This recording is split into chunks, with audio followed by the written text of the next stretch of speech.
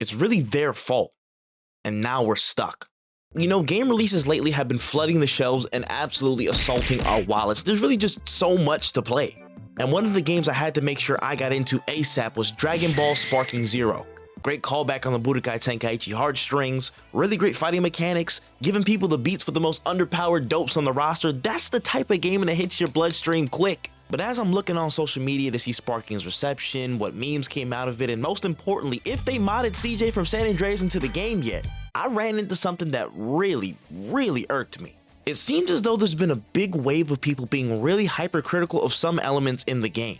The auto blocking and some assist features that can be easily bypassed, and the anger around the unbalanced roster that we were told was going to be that way were just a couple of the things that I've seen some people harp on. Those same people, who I can only assume have grinded fighting games like it was their only job, are pushing a lot of negativity on the product and honestly just ruining the purpose of the game. Tenkaichi at its core is an unbalanced, over-the-top power fantasy. It's where ridiculous things happen and getting the most fun and flash out of the experience is the goal. Yajiro fighting Omega Shenron, Cybermen clapping SSJ for Gogeta. This is what it's all about. And there's been so many people that want to contort that purpose to something else by complaining, rage quitting, overusing metas and characters instead of competing in their own way. Now, what is that something else, you ask? Well, they want to make Sparking Zero their own personal esport. I tried to forget about that observation in Sparking Zero and just focus on the fun I was having, but then I saw it pop up again when Black Ops 6 dropped. Listen, I haven't been this excited for a Call of Duty for some time, and trust me, so far, Black Ops 6 is a blast and the much needed step up in gameplay and content that the franchise needed. In my opinion, it's uber fun. But it wasn't even the first week, hell, not even the first 24 hours until I saw the most devious attempts at clip farming, meta building, skill-based matchmaking complaints, and overall nasty work that the average player online is committing to just to taste their own conditional victories. It wasn't the norm in the past, but now many people have basically turned Call of Duty into their own personal esport. And the more I thought about that notion, the more I noticed that it popped up everywhere I looked in gaming. There's so many people that want to take competitiveness and optimize it, then overemphasize it, so much so that they actively undermine and campaign against things that don't fit the perfect competitive environment that favors them. Online gaming is being homogenized and just flat out ruined by gamers pushing to treat every game as a grand final, make it look like they should be signed to a team, go viral from gameplay, or just want to feel good about something in their lives. Metas, exploits of all kinds, and flat out cheating is the norm in so many games, and all of it boils down to people sacrificing any enjoyment and fun of a game just to get their perfect win.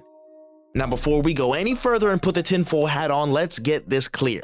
Competitiveness does not equal extreme over-competitiveness, aka making things an esport.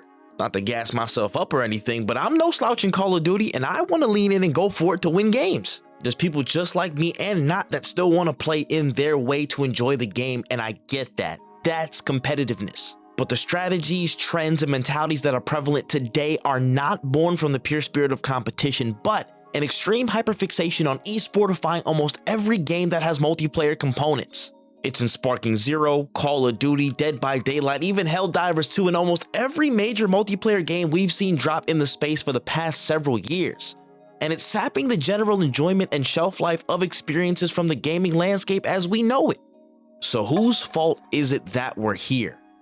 After much thought, there was one game, that took the competitive heartbeat in gaming and changed its trajectory by putting it into overdrive and ushered in this tyranny. Overwatch, the first true form of global esport. It's really their fault, and now we're stuck. Now, there were precursors to Overwatch in esports, obviously. You can list off all of its predecessors in the million different titles that laid the blueprints with Major League Gaming, game battles, and other various formats. But when you think about a truly global, almost universally received, promoted, and visible experience on the gaming stage, Overwatch was the first one to take it to the max and grasp that brass ring. Now, beyond raw size and timing, sports game audiences generally treat their respective esport leagues as secondary and non-essential to their experience of the game. League of Legends, Dota, and games of a similar ilk do have massive gains as an esport, but the nature of the genre limits mainstream audiences in the Western world from clinging to it compared to other games. Other primetime shooters, mainly Call of Duty, haven't claimed that brass ring because of the adjacency to realism and war that just won't fly on a global scale in esports marketing, and everything else you can just throw in line behind the rest. My fault FGC titles, that means y'all too. Overwatch set the new standard. It was the right genre, at the right time, with the right infrastructure, and the right marketing for the game and its respective competitive pieces. Just look at the parts of the big picture here. Gaming was going strength to strength in popularity and in a real boom period in the early to mid 2010s. Then content creation and the start of the live streaming boom coincided with that and connected the world to gaming more than ever before. And Overwatch was innovative and approachable enough in its gameplay, appealing enough in its style and design, and aggressive enough in its marketing efforts to become a sensation. It was not debatable. It took the gaming world by storm at the perfect time. No one felt anything like this prior, and it was a force in gaming stronger than the Crimson Chin's jawline. Activision Blizzard were onto something, and they knew eventually how to take it to a place where not just gaming, but the entertainment world will be put on notice. The Overwatch League. With the wealth of knowledge Activision Blizzard had from their previous competitive titles, and the literal wealth of some big investors wanting to get a piece of the burgeoning gaming scene, the Overwatch League was the biggest attempt at esports that we saw up to that point. Now, they had esports in mind during development, but didn't want to overcommit to going full throttle with an entire competitive structure. But the Blizzard team made sure it was a pillar of the experience after the beta feedback flowed in. Off the rip, Overwatch moved people to embrace competitive play, in the natural bounds of the game and in the creation of so many ad hoc user tournaments to showcase their skill during the beta. And that could not be ignored. The game dropped on May 3rd in 2016, and by November of that same year, they announced the league was on the way.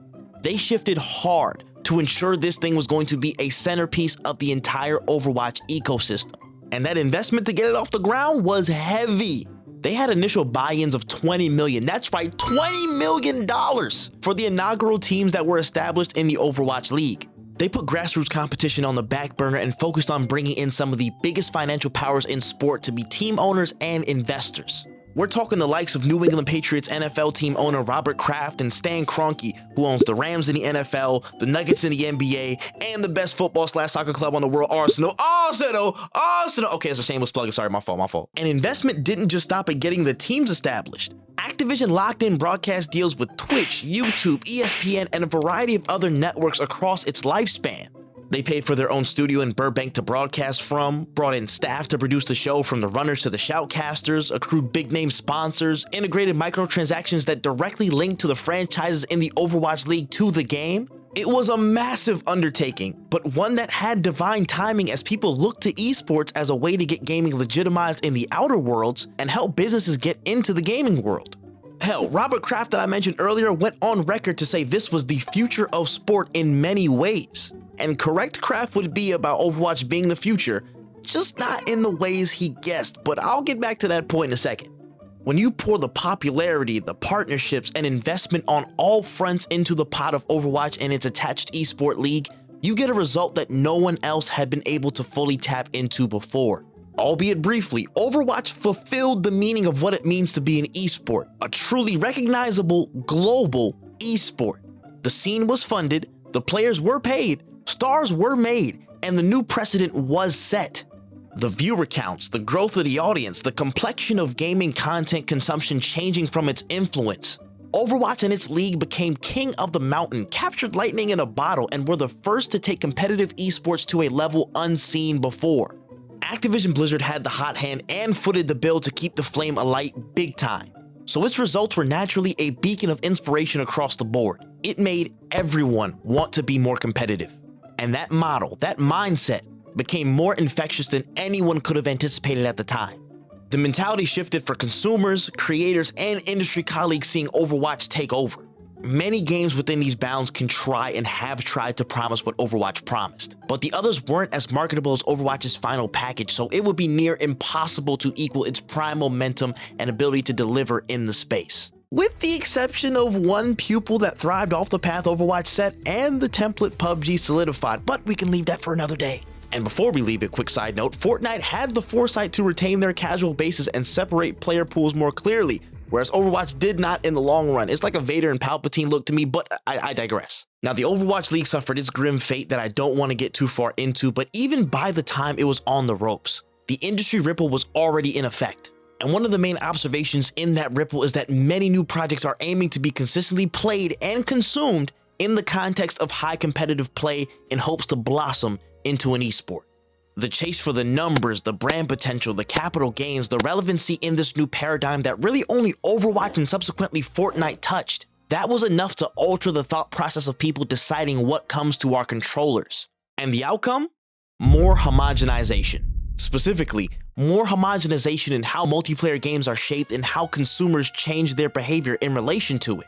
So many multiplayer titles that have followed Overwatch 1 that even seem to be an esport are either A, a team-based shooter, B, a hero shooter, C, a battle royale, or D, mixtures of the first three. There may be some twists that try to be applied to the formula, but most can't escape having one or more of those major components in it.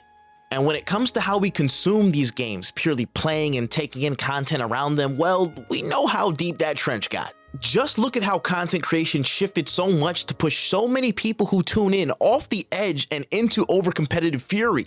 Post-Overwatch, I've seen that showcasing skill has pulled away from other approaches to creating gaming content to be the dominant fashion of the medium.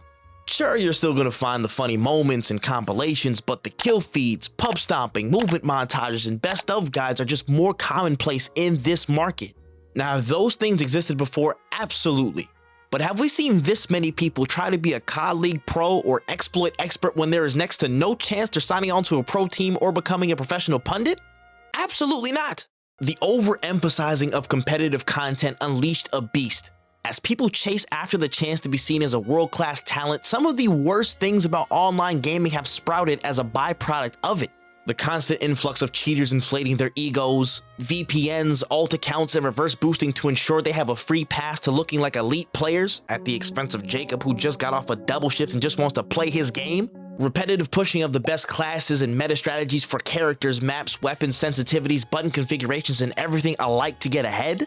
And those behaviors have seeped into more of the consuming public than ever before.